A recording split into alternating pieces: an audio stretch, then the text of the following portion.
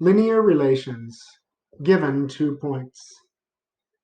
If we know 2 points of a linear relation, then we can find the graph, equation, and table that represent it.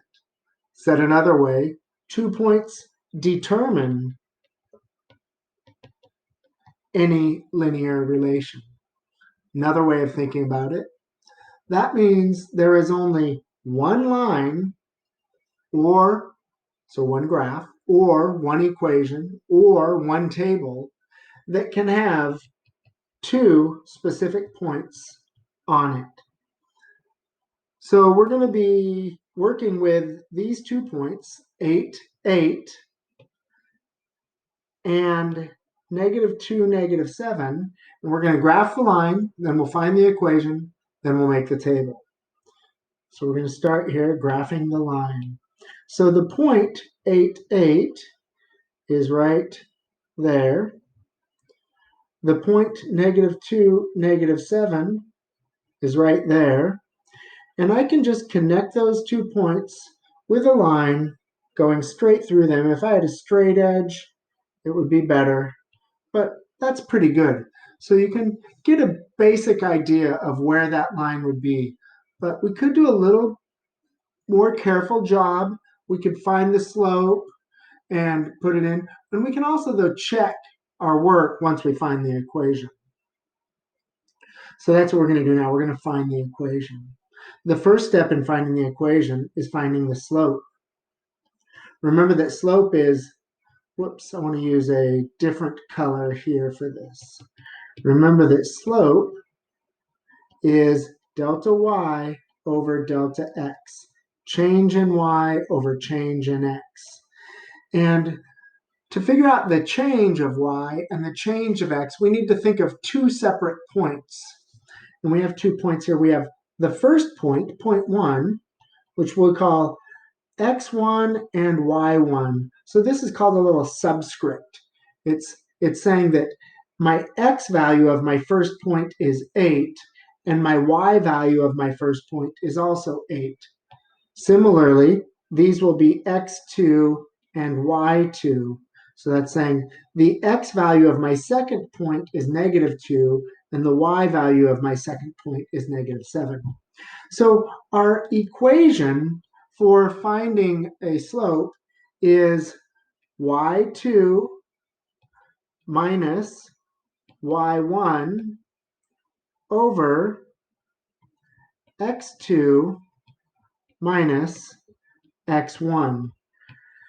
And this could also be y1 minus y2 over x1 minus x2. But it's important that if you start with the second point in the numerator, you have to start with the second point in the denominator as well. Okay. So what we have here is we have the slope is equal to y2, that's -7, minus y1, that's 8, over x2, that's -2, minus x1, that's 8. And the result here, -7 minus 8 is -15, over -2 minus 8 is -10. Now that's a fraction. The numerator and the denominator are both divisible by 5. When we divide -15 by 5, we get -3. When we divide -10 by 5, we get -2. And the negative divided by a negative, those cancel each other out, and we're left with a slope of 3/2. Remembering that slope is delta y over delta x, this means go up 3 and to the right 2. And if we look at our graph, we go up 3 and to the right 2, up 3 and to the right 2, up 3 and to the right 2, up 3 and to the right 2, up 3 and to the right 2, and there it is.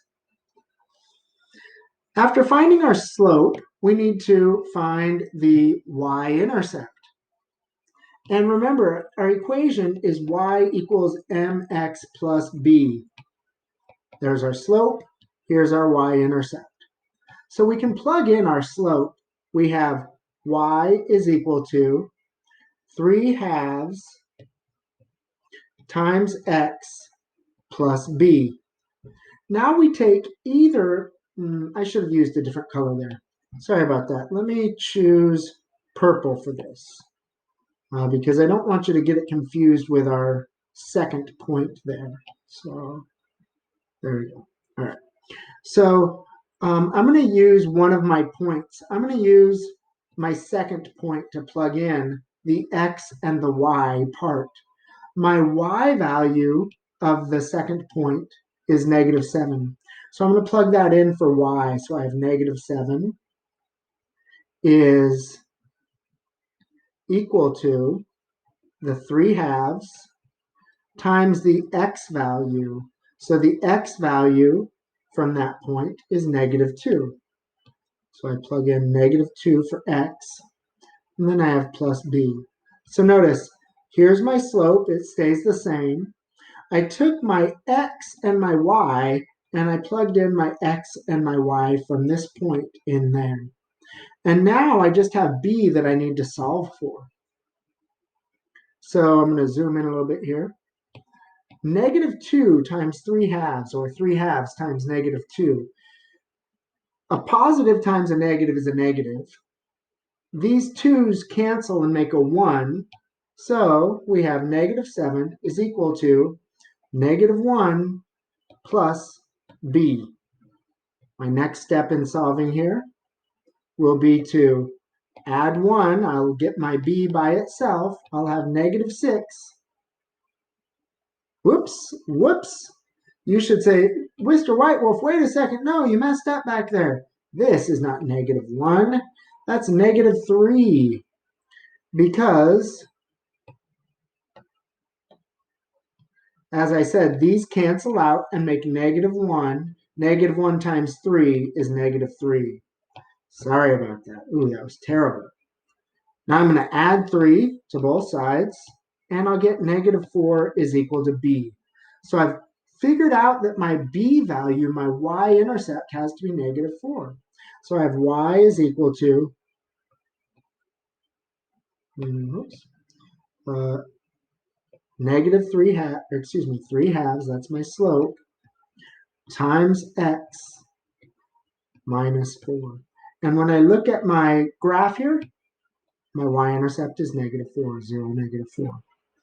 So that's a nice thing to see. That matches up nicely, just like my slope match up. In my table, I'm going to take this first point right here.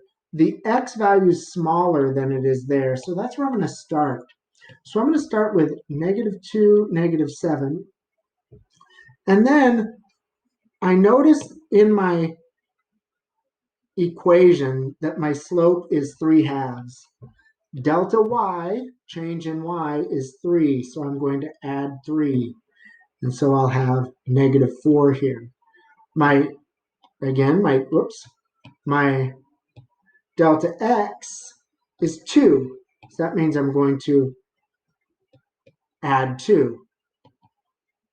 And I'm going to make these black.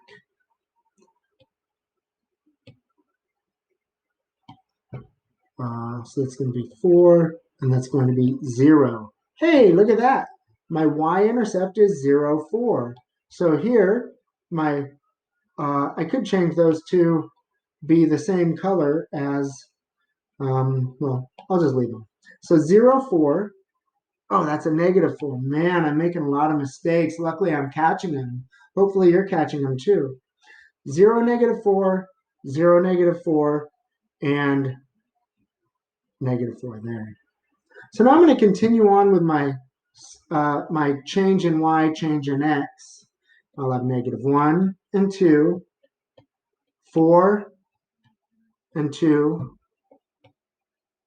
6 and 5, 8 and 8. Hey, there's my other point. So I will make that orange. So you can see that there is my other point. And 11 and 10. So I've made my table. I can see my y-intercept in my graph, equation, and table. I can see my slope in my graph, equation, and table. And that is linear relations given 2 points.